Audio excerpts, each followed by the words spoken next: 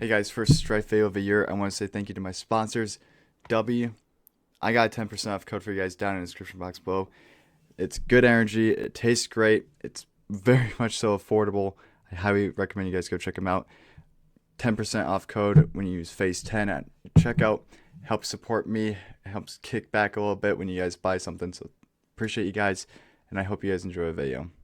Hello everybody, welcome back to the channel. As always, the hair might be fake, but the reviews aren't, and neither are my opinions.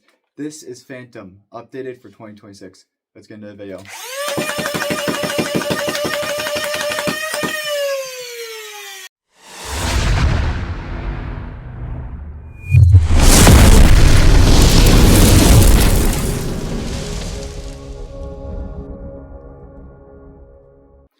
Alright guys, this is Phantom V2 essentially. This is the same Stryfe from my Phantom modification video. I have swapped parts on this and I have done internal modifications that do affect performance and that have changed the blaster.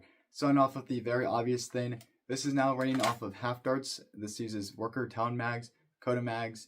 Any standard Talon geometry magazine should work unless they're dart zone magazines from the original generation. Gen 2 mags is why I refer to them as, or newer ones should work perfectly fine. This blaster is not a mini Stryfe. This blaster is a full-length Stryfe still that I've installed the worker pusher, hybrid pusher in, and it is running off of a new custom trigger spring that I had to redevelop and redo for this blaster because of the pusher. And it is now running smoother than it could have ever possibly run.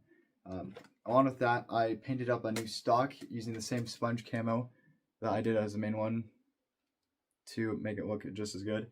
And then on top of that, you'll notice still another unpainted battery door with a worker thumb screw. This is actually a out of darts battery door.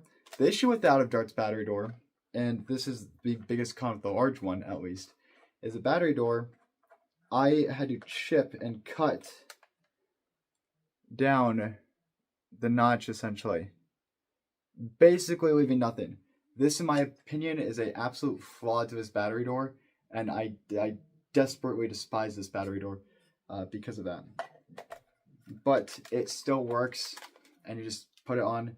Again, there's still enough material there to hold it in place, so that way when I put my thumb screw in, I put it on, I know that this battery door is not dropping, it's not going anywhere. Moving on to the internal modifications that have changed. This blaster is now running off of the same 16 gauge silicone insulated wiring, same 21 amp on micro switch, and the same flywheel cage. I have, however, swapped out the flywheels themselves with worker smooths to allow me to get a little bit lower FPS, and then along with that, the half darts are also drop the FPS alongside that. Is it the super major drop that people make it seem to be? No. It's not, but it is consistent and the accuracy is a lot better. That's the whole point of it. So with that being said, let me show you guys this thing firing. I was going to only be able to keep that hidden for so long, but that's future video. Going off with some worker Gen 3 heavy darts out of a worker 18 round curve Talon mag.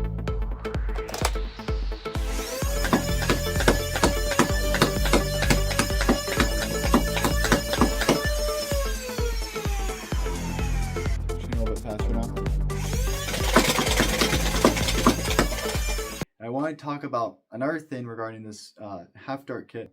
The kit does not like cages with dart guides, which is something I prefer in a lot of flywheel cages, and it does not like cages that aren't essentially funneled.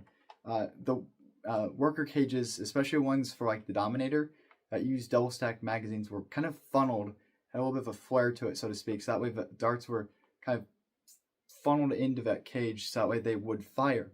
Now, this is not a problem if you're using a worker stock crush cage. I have one of those in my blaster. It's a worker Gen 3 cage, and it is very much so funneled. It's very hard to see, but it is. Take my word for it. And because of that, the cage feeds the darts fine. The pusher has a little bit of movement, but with the Talon mags, there really isn't much movement, and that's kind of what you want. I want to explain why that's important. Mag adapter is not moving as much as it was in phase 1. Phase 1 is what I would call a failed attempt as time went on. The blaster was so much more modified in terms of shell work. The blaster had a bunch of shell work on this side and this side where chunks of plastic were taken out, and it was freaking done incorrectly. And as time went on, it became more unstable, more inconsistent, and less reliable. And it started to fail on itself because of that. When you install this kit, you have to do one shell cut. And that is the most important part of a kit. It's got one piece of plastic. It takes 1 second. And I'll show you what that is. Doesn't matter. This is the side you want to worry about. Right here, you're going to notice there are 2 notches. This is protruding plastic. What you're going to do is I took my flush cutters, or I think they're wire cutters honestly, and you're going to take them, put it on this line, and you're going to snip this way. Do not snip below that, and this is the one you want to take out. Put your shell back together. That will allow you to have your magazines feed correctly, and that's how you have to do this kit. That's the only shell modification you have to do. It takes 1 second and you're good. Nothing else to worry about there. Moving on to my final thoughts and opinions on Phantom V2 for 2026. I am very pleased with the blaster's performance, the consistency, the ergo changes with the better stock. I just like this. It feels better. It just feels good. I'm totally fine rocking the worker mag adapter. No issues there. And of course, I'm totally chill just rocking the worker 18s because I do prefer 18s over every other magazine. So, do I think it's worth doing this if you have the ability to make a mini Stryfe? If you want to do this because one of your blasters that is already painted and mocked up and it looks good, and you don't want to cut that down and risk ruining a bunch of paintwork, totally do it. 100% worth it. If you're starting a brand new build and you are confident in the integrations, I highly recommend looking into a mini Stryfe kit. Very inexpensive thing to do. Very easy to do if you do it correctly. Plenty of videos online showing you how to do it. That being said, guys, thank you so much for watching. Remember, as always, the hair might be fake, but the reviews aren't, and neither are my opinions. Stay safe. God bless. Phase 1 Foam signing off. Stay tactical.